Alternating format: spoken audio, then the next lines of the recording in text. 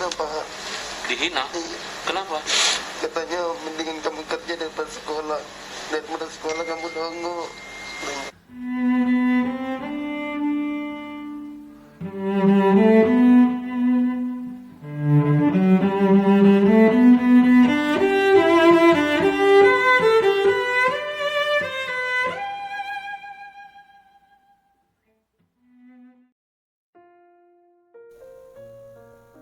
Efrija Yuniar atau yang biasa dipanggil Bu Guru Yuyun, sehari-harinya mengajar di SD 11 Muara Telang, Banyuasin, Palembang. Selain menjadi guru, Bu Yuyun juga merangkap sebagai pengurus perpustakaan sekolah.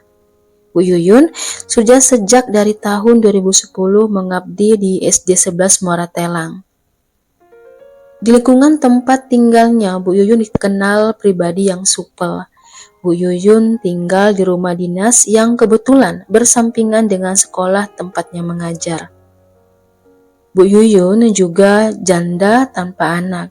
Menurut cerita yang didapat, Bu Yuyun mengalami KDRT, sebab itulah ia memilih cerai saja. Di sekolah, bagi murid-muridnya Bu Yuyun dikenal cerewet.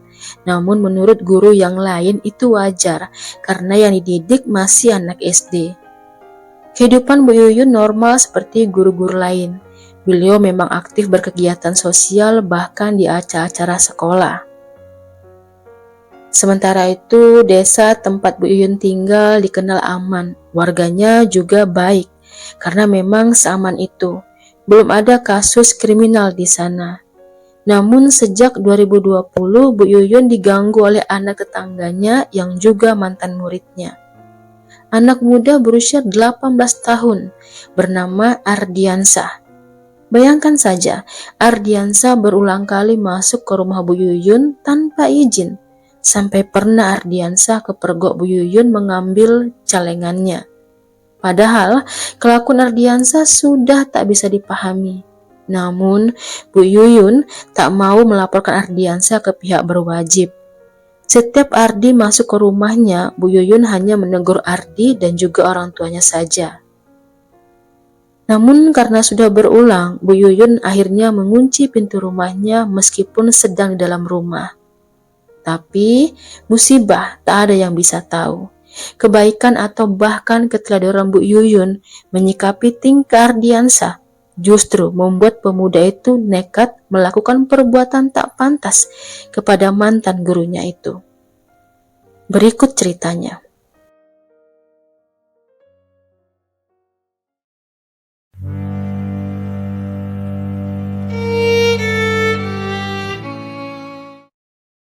Pagi hari di tanggal 7 Juli 2020, Bu Yuyun masih berada di rumahnya.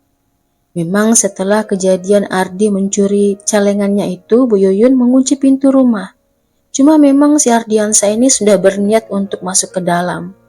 Ardi pun mencongkel jendela rumah yang memang tidak ada teralinya.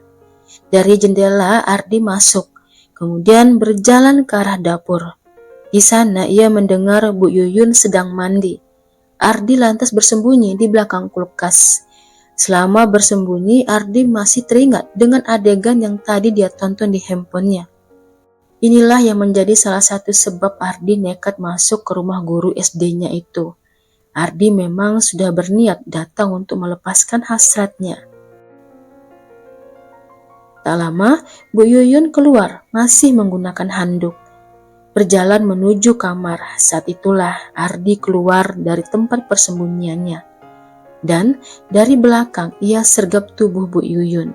Bu Yuyun yang tak siap dengan serangan Ardi jatuh lemas tak berdaya. Ardi lantas menyeret tubuh Bu Yuyun ke ruang tamu. Dan setelahnya ia lepaskan hajatnya itu. Bu Yuyun yang masih punya tenaga berusaha untuk melawan dan mencoba minta tolong dengan berteriak. Ardi panik. Lantas ia ambil sabuk pinggangnya dan kabel charger handphone yang ada di sana. Ardi lantas menyerang kembali gurunya itu. Ardi juga sempat memasukkan ikat rambut kain ke mulut Bu Yuyun. Ardi kemudian melampiaskan kembali hajatnya itu, hingga Bu Yuyun meninggal. Melihat Bu Yuyun tak bernafas lagi, Ardi bingung dan panik. Saat itulah sekitar pukul 11 siang. Sadar Bu Yuyun sudah tidak ada, Ardi lantas menyeret jasad Bu Yuyun ke kamar mandi. Ia angkat jasad gurunya itu, kemudian ia masukkan ke ember berwarna hijau setinggi 60 cm. Lantas jasad itu ia tutupi dengan sprei. Ardi lantas kabur dari pintu depan. Dia kunci dari luar. Lantas kuncinya ia letakkan di atas meja yang ada di depan pintu rumah Bu Yuyun. Setelahnya, ia melenggang tanpa ada yang lihat.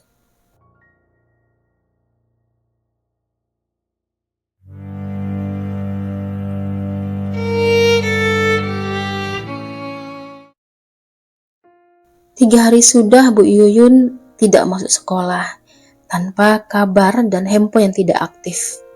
Salah satu rekan Bu Yuyun di sekolah, Bu Juwita, khawatir karena tidak biasanya begitu. Kemudian Bu Juwita menyuruh anaknya untuk mendatangi rumah Bu Yuyun. Namun karena pintu terkunci, anak Bu Juwita pun pulang lagi. Masih merasa cemas, ia pun bergegas ke sekolah mencari Bu Yuyun.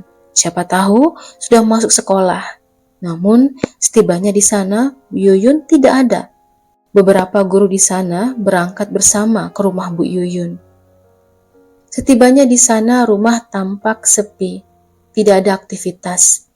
Tak mau putus asa, mereka mencoba mencari cara agar bisa masuk ke dalam rumah. Hingga tanpa sengaja, rekan guru bernama Pak Hakim ketemu kunci di atas meja depan rumah. Dari ruang tamu atau kamar, mereka tak menemukan Bu Yuyun. Namun ada bau tak sedap dari dalam. Pak Hakim berjalan ke arah kamar mandi. Di sanalah ia melihat kaki Bu Yuyun tegak terbalik dari dalam ember. Mereka pun lari ketakutan. Pak Hakim dan guru yang lain berteriak memanggil tetangga. Sekitaran jam 4 sore, jasad Bu Yuyun baru bisa dibawa pakai speedboat ke Rumah Sakit Bayangkara Palembang untuk otopsi. Itu pun harus menempuh jarak sejauh 1,5 jam. Sebagai tambahan, Bu Yuyun ditemukan dengan tangan terikat. Tubuhnya dibungkus kain tebal sejenis karpet. Rekan-rekan guru dan juga warga langsung mencurigai Ardiansyah.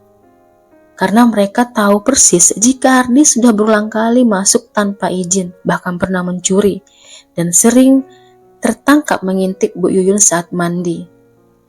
Ardi pun dicari ke rumahnya. Saat itu Ardi sedang main handphone.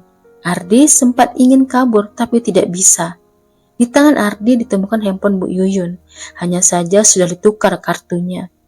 Ardi awalnya menyangkal, hingga akhirnya mengaku. Saat ditanyai Kapolsek Muara Telang Ibtu Gunawan, Ardi mengaku dendam karena pernah dihina semasa masih menjadi murid Bu Yuyun sewaktu SD dulu. Luka hati itulah yang ia simpan selama 8 tahun. Namun dari info guru di sekolah, Ardi semasa SD dikenal nakal dan jahil terhadap teman perempuannya. Sering dihina, Pak. Dihina? Iya. Kenapa? Katanya mendingan kamu kerja daripada sekolah. Daripada sekolah kamu dongo. Pengadilan digelar di Pengadilan Negeri Kemuning, Palembang. Terungkap di persidangan jika Ardi dan keluarganya kurang disukai warga karena suka buat onar. Meskipun di pengadilan Ardi berkilah tidak ada niat untuk menghilangkan nyawa guru SD-nya itu. Namun alasannya sangat tidak masuk akal. Karena sebelum-sebelumnya Ardi sudah sering kedapatan masuk ke rumah tanpa izin, bahkan pernah mencuri. Akhirnya hakim memvonis Ardi hukuman penjara seumur hidup.